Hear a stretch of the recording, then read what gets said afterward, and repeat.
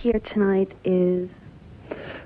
Other three Smiths, who are Johnny, Andy, and Mike. You didn't make it to one of your last show in New York because Mike got sick, correct? Yes, and we were asked to leave the country. It's really quite dangerous. He had a contagious disease, which was chicken pox, so we really had to leave straight away. And it was really quite serious. And also some other members contracted critical flu, so we were really on the danger list. To step back in time a bit, band was formed in Manchester. Did it start with just you and Johnny? Yes, it was just Johnny and I for quite a while, and we just wrote together. And then Johnny found the other two members and wrote them in. And then we started working quite extensively and violently in January. So we're really just a year old as a present group. How did you and Johnny get together and start writing together? Heaven knows. I just opened the door one day and there he was. Exactly how he found me, I still haven't quite made it... He hasn't made it clear. He just appeared at the door one day. It sounds really fanciful, but that's exactly how it happened.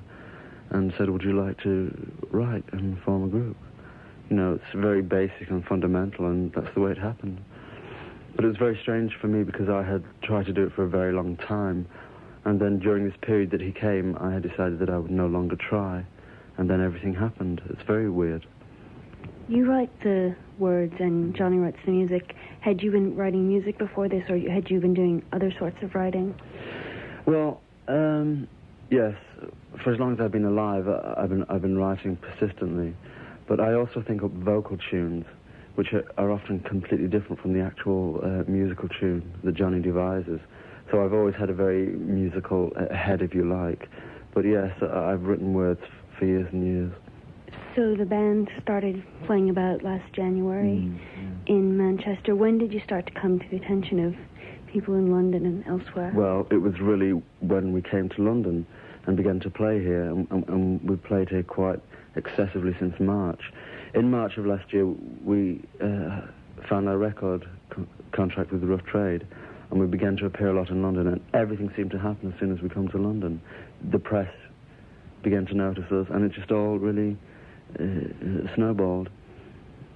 I've read that as far as the Manchester scene goes, there's a lot of bands there that you're just not fond of the way they're so heavily into alienation and... Yeah, there isn't a great deal of point to this attitude, and it seems as though they're really enchained in their own backyard with their own ideas, which if they believe in, it's fine for them, but it doesn't really seem to get you very far. It doesn't seem to reach people, and it's not very positive. So therefore, ultimately for me, it has no value whatsoever.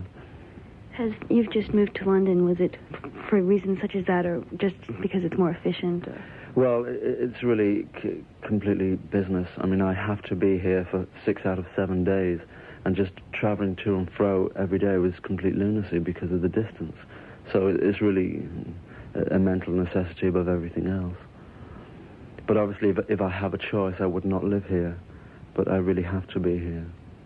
So the rest of the band has stayed in Manchester? Yes. Does that create any problems as far as communicating with the band? And Not really. Not as far as I can see. Things really continue as they always have done. We just simply get together occasionally and work, and that's how things happen. We aren't interlocked night and day, even though we all lived in the same city.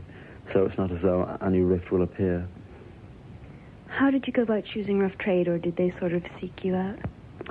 Well, at the time, we had lots of company interest, and it just seemed that Rough Trade were the most human. And I liked that idea. They were down to earth, and they were very forthright. And they said, this is what we can do for you, and this is what we cannot do for you. But ultimately, we'll do our best. With the majors, it really wasn't like that. There seemed to be lots of fanciful nonsense about major record companies. So at the time, Rough Trade just seemed to suit us more than anybody else, and that's why we chose them. And your first single was Hand in Glove, and the B-side was Handsome Devil? Yeah. When was that released? That was released in April. It was recorded in March and released in April. The singles that you've released, were they stuff that you've had around that you've been working on, or has any of it been really new? Well, When we recorded This Charming Man, we had only had it for 2 weeks. We had just written the song, and we really felt this had to be released at once, and we all felt a particular energy about the song, and we were just this very strange urgency to have it released straight away. So This Charming Man was a very, very new song when it was recorded. But What Difference Does It Make, which has followed it, is a very, very old song. Johnny and I wrote it something like 18 months ago.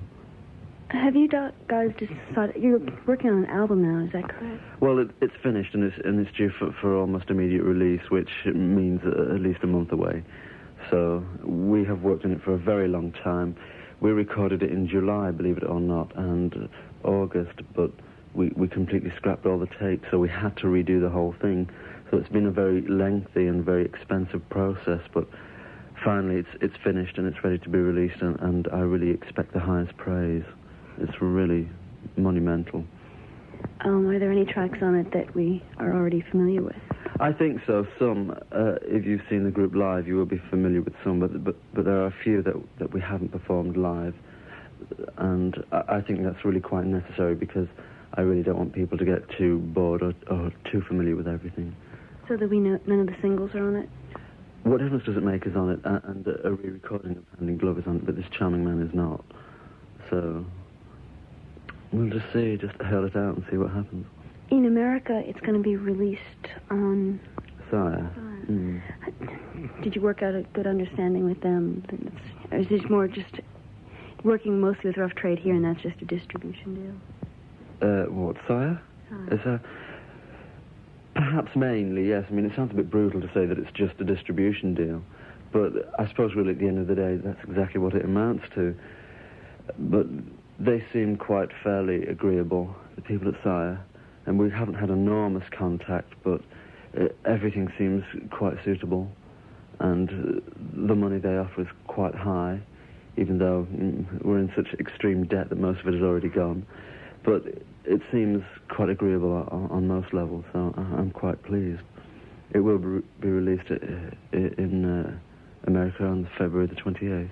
Are you worried you've gotten such an amazing amount of press, and often with the British press that often leads to a backlash?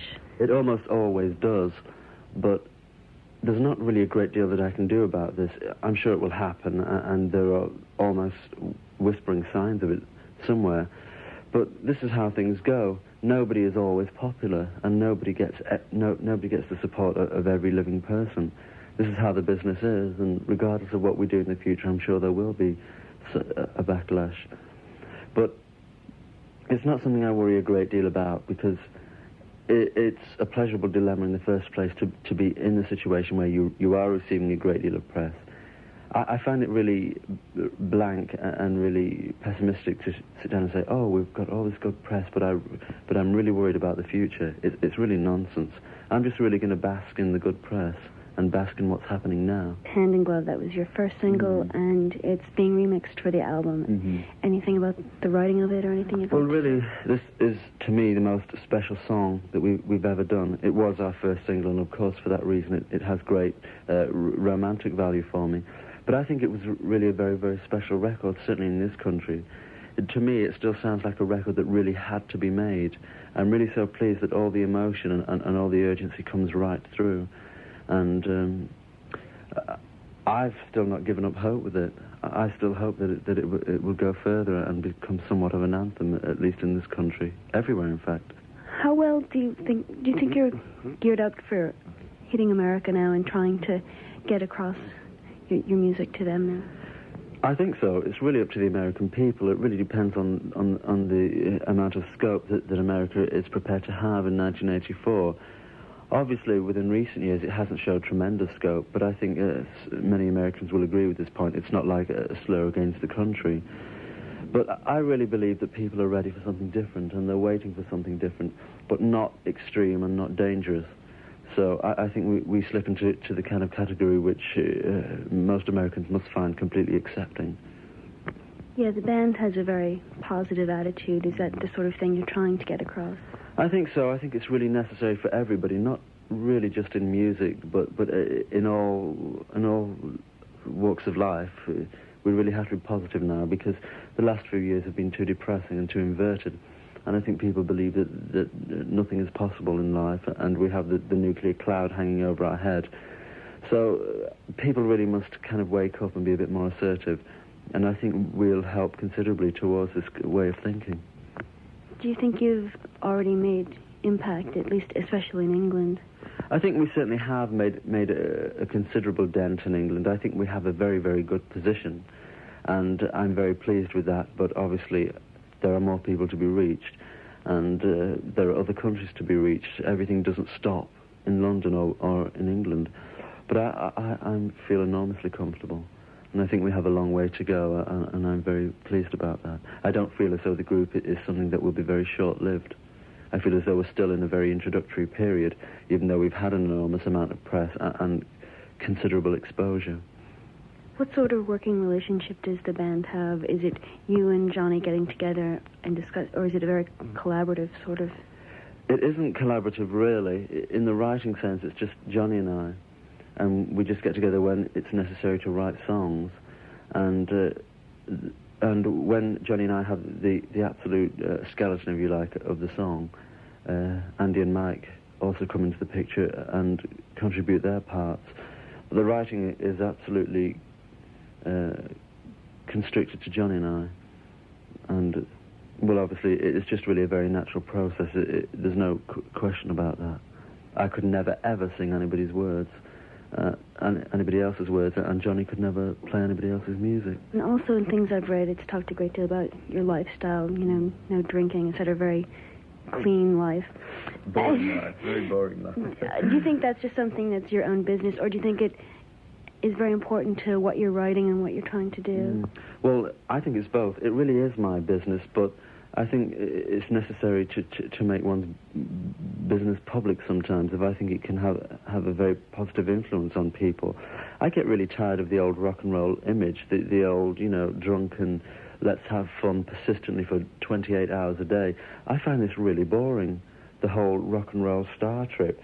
And I think by saying some of the things that I've said about the way that I live, it's really quite a different voice, and it's an unusual voice within this whole sphere, because nobody can associate being in a group like the Smiths with having such a austere life, if you like, and being so regimented about what one does.